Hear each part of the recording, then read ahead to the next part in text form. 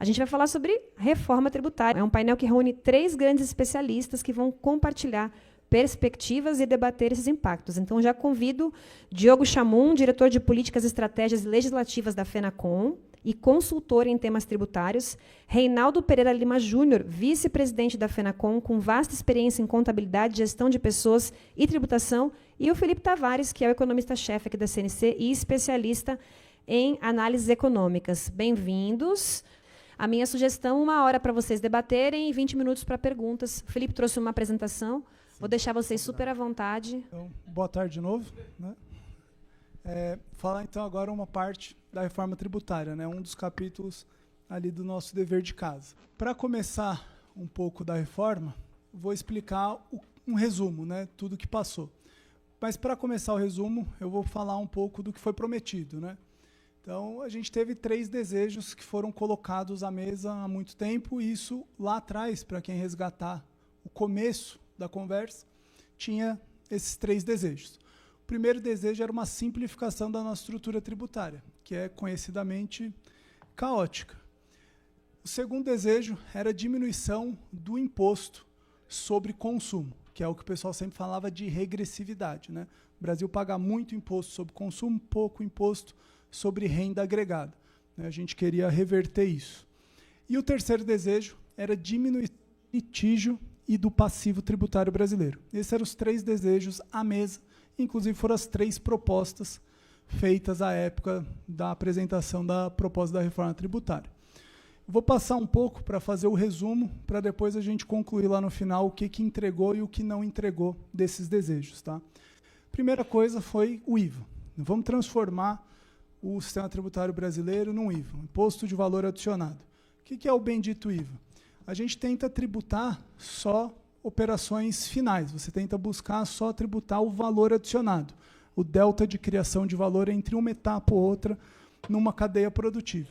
Então, tributa a entrada do produto, contabiliza o crédito, tributa a saída desse produto, contabiliza o débito, encontra a conta, você nunca paga imposto sobre imposto. Esse era um trauma do Brasil.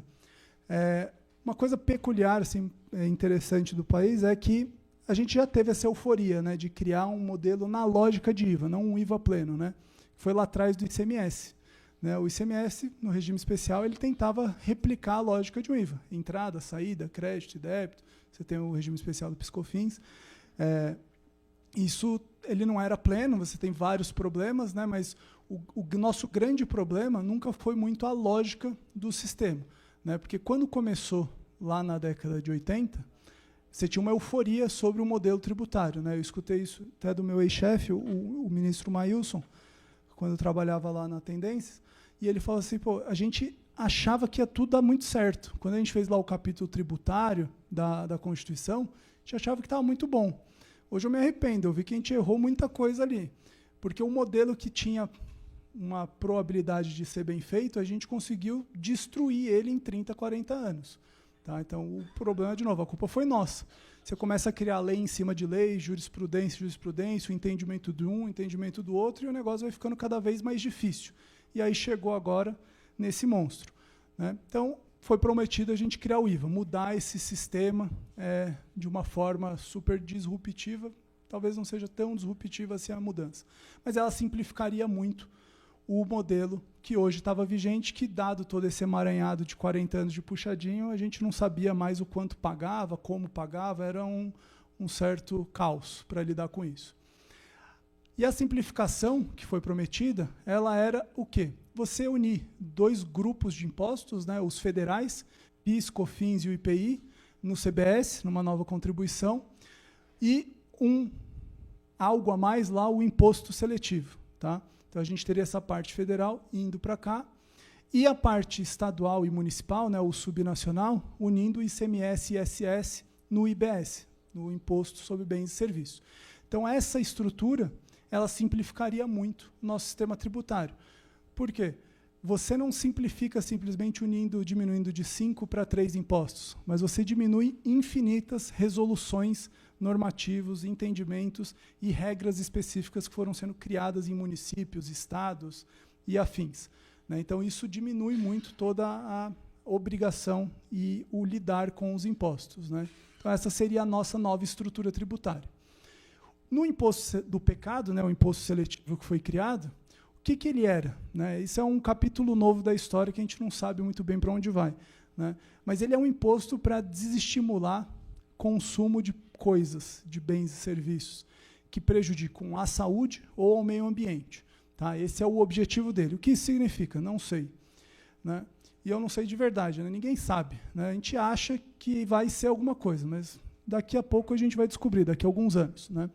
E aí tem uma particularidade dele, é que ele é extrafiscal, ou seja, ele é um imposto que corre por fora, e ele pode ser determinado livremente no Senado. Então você tem agora uma nova mecanismo de tributação, que não é muito claro como vai funcionar, e que pode ser definido e alterado ao longo do tempo por arranjos e necessidades políticas. Né? E dado que ele é extrafiscal, ele entra meio que numa linha diferente lá no orçamento. Então ele é muito mais fácil de ser manipulado para gastos pontuais que possam surgir. Tá? E aí o grande fator dele da preocupação, que eu falo que a gente não faz a mínima ideia como ele vai ser, é porque o que faz mal para a saúde? O que faz mal para o meio ambiente? Né?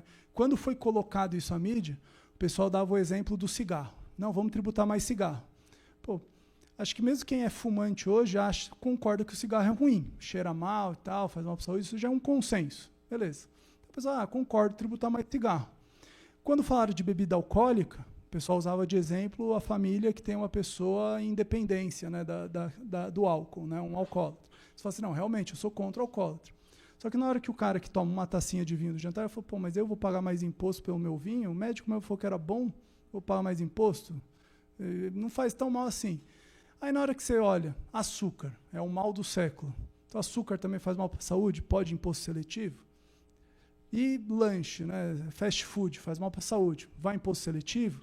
E agora hidrocarboneto, né, petróleo, gás, gasolina, faz mal para o meio ambiente. Então, agora também vai entrar imposto seletivo. Então, a definição do que faz mal para a saúde e mal para o meio ambiente é muito ampla, e meio que cabe tudo. Então, isso gera uma certa insegurança em quem pode ser taxado sobre aquilo ou não.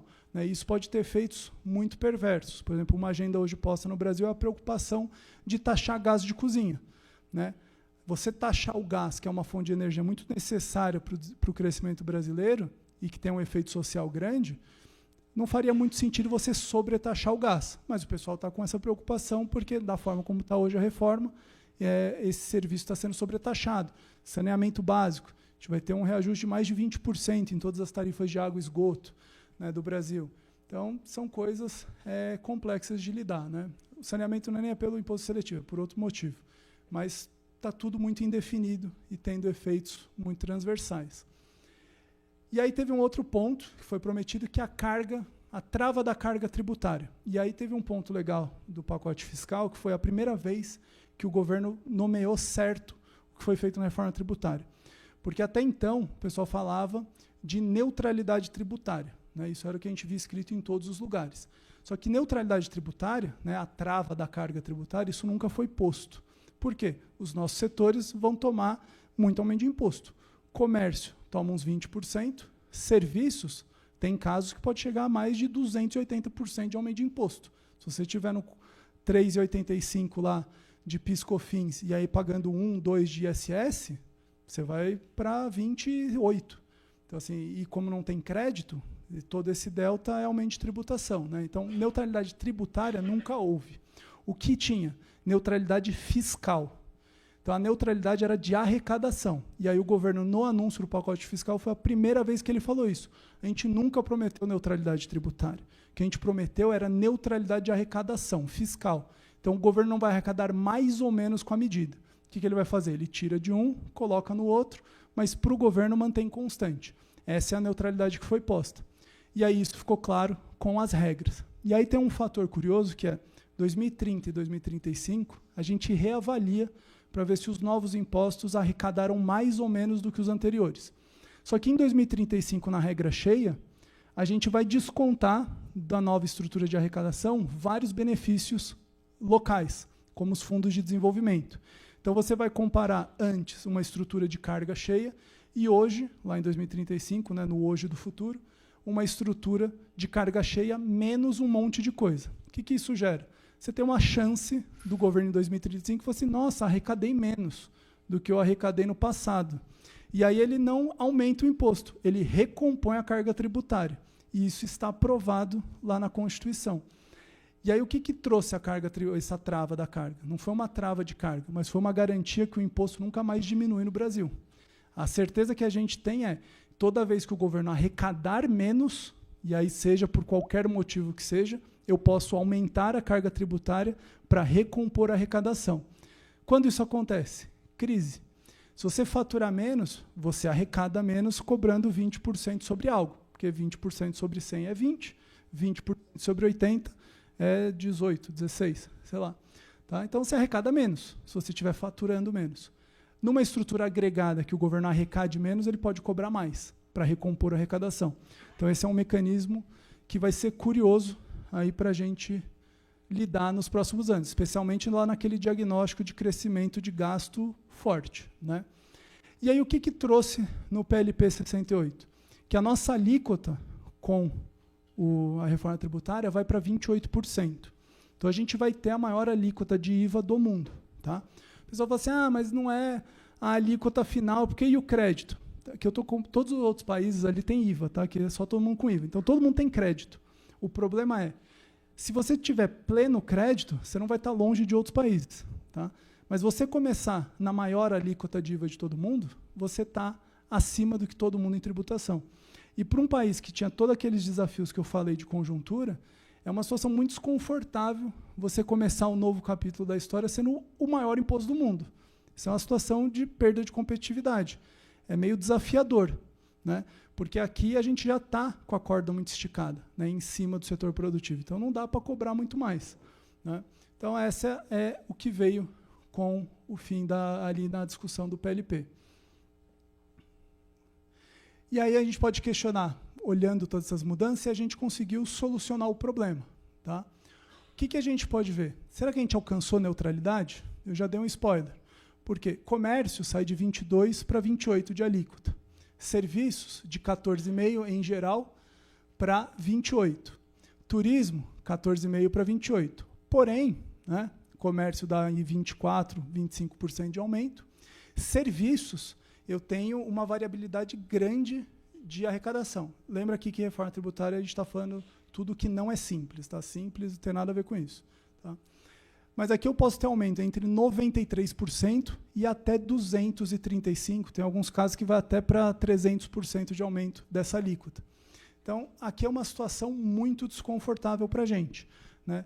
E lembra que eu falei que todos os países do mundo que conseguiram crescer muito e ficar melhores, eles conseguiram agregar muito serviço no PIB, né? Aqui, a gente vai perder essa oportunidade, porque serviço vai ficar muito caro.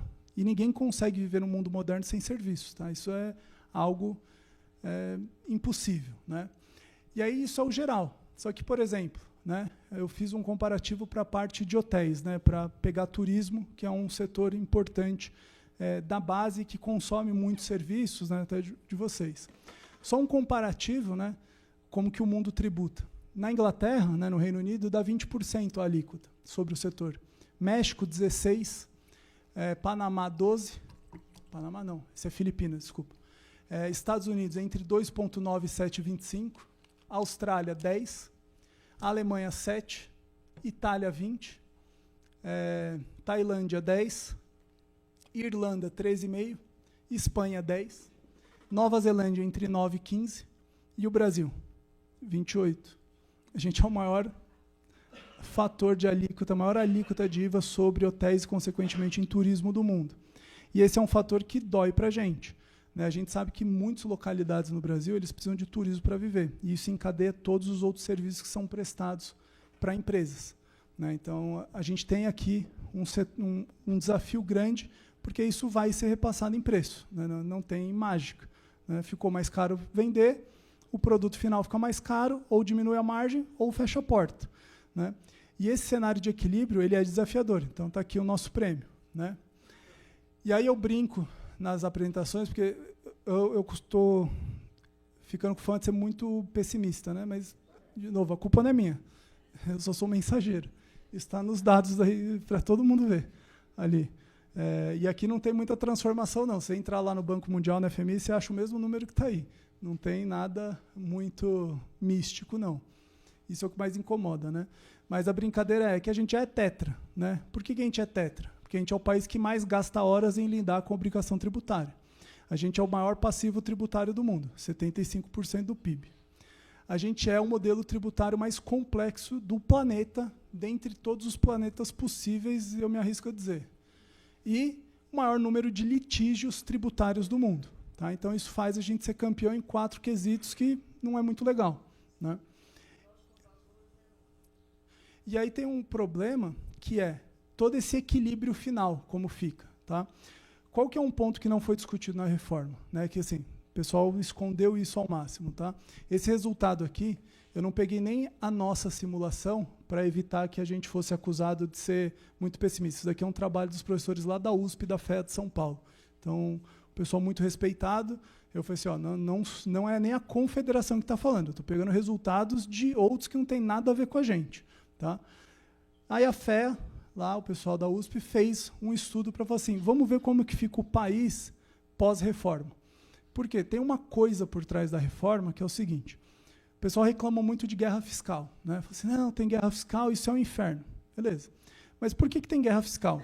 Porque o país é muito desigual. Né? Então, assim, para o cara botar uma nova estrutura produtiva na Bahia, no Amapá, no Piauí, não faz muito sentido, em muitos casos. Por isso que a gente tem Zona Franca de Manaus e tal, o território é grande, não tem base de consumo, infraestrutura é precária, não tem renda para consumir. O mercado consumidor é muito restrito ao sul e ao sudeste, especificamente São Paulo, né, que gera uma distorção grande nessa base de consumo. A gente sabe, todas as grandes empresas praticamente ficam em São Paulo. Rio, Minas no máximo, né, Rio Grande do Sul, mais máximo ainda. Né.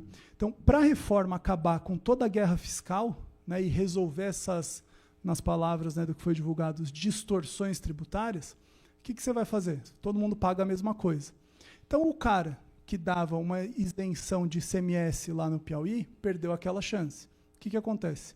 Ter um negócio no Piauí fica mais caro, relativamente. A gente viu isso recentemente, por exemplo, MP 1195, né, final do ano passado. O governo falou assim, base incentivo de ICMS local não pode mais ser aproveitado na base de cálculo do imposto de renda pessoa jurídica. E aí os empresários falam assim, principalmente varejo, né, supermercados, né, varejo em geral. Né, falam assim, mas eu refiz todo o meu planejamento de logística para os próximos 10 anos, considerando esse benefício fiscal. E era esse aproveitamento da base, do ICMS na base, que me gerava a viabilidade de estar em mais 4 estados que eu nunca estaria. Aí o governo falou assim, beleza, entendi, mas é um problema só seu, porque a partir de agora você não pode mais usar. O que aconteceu em julho, no fechamento do segundo trimestre das grandes empresas, né, que é o que a gente tem acesso de bolsa? 100% das empresas de varejo tiveram uma surpresa muito significativa no pagamento de impostos. E isso tirou muita margem do varejo brasileiro. Foi até capa do Valor Econômico num dia específico, quando saiu os resultados das empresas. Tá? Então, para encerrar essa distorção regional, você precisa mudar competitividade. Ficar produzindo fora vai ser mais caro, né? Fora do grande eixo consumidor, e vai ficar mais vantajoso produzir em São Paulo, Rio, Minas, os lugares onde tem mercado consumidor. O que isso gera? Para a reforma tributária poder gerar crescimento econômico de fato, então, dado essa distorção de custo agora, você precisa ter uma realocação da produção. Então, toda aquela produção que estava em locais que eram virtualmente viáveis, deixa de ser viável, esse cara migra para onde ele é viável naturalmente sozinho. Então, você vai ter uma reconcentração produtiva no sul e no sudeste, muito provavelmente. E aí os professores lá da USP fizeram essa simulação. O que a gente vê? Que em 10 anos, os estados de Rondônia, Acre, Amazonas, Roraima, Pará, Amapá, Tocantins e Maranhão, todos eles perdem em torno entre 5% e 10% de PIB na década, na próxima década. Por quê? Porque você vai ter que tirar de lá o que está virtual e reconcentrar em outros lugares que tem mercado consumidor, como Ceará, que com certeza reconcentra. Ceará, Alagoas, Sergipe, Bahia, Minas Gerais, Espírito Santo, Rio de Janeiro, São Paulo, Paraná, Santa Catarina, Rio Grande do Sul e Mato Grosso do Sul, Mato Grosso e Goiás. E aí até o Distrito Federal perde aqui. Então, essa reconcentração é o que gera possibilidade de crescimento da reforma. Por quê? Não faz sentido nenhum. Se vai ficar mais caro produzir em alguns locais, se eu não mudar nada, eu perco o PIB. Por uma lógica simples. Entendeu? O cara que faturava e que lucrava R$1.000 num lugar que ele tinha benefício fiscal, se ele perder o benefício fiscal, de 1.000 ele vai lucrar 800, 700. Se ele não tirar aquela atividade de lá, ele não gera valor agregado à PIB. Simples assim. Essa foi uma história não contada. Então, a gente tomou cuidado para tentar achar essas simulações, porque o custo de sucesso da reforma pode ser muito alto para algumas regiões. Para o país, podemos entregar 10% de PIB, 15% que foi prometido, desde que os locais corretos percam e os locais corretos ganhem. Essa é a estrutura de mercado, né?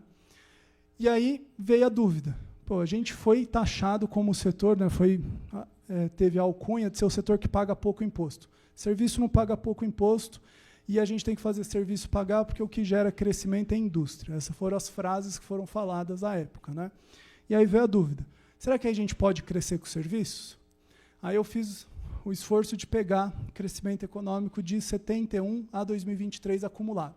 Quem mais cresce? China, Coreia, Paraguai, Brasil, média do mundo, média...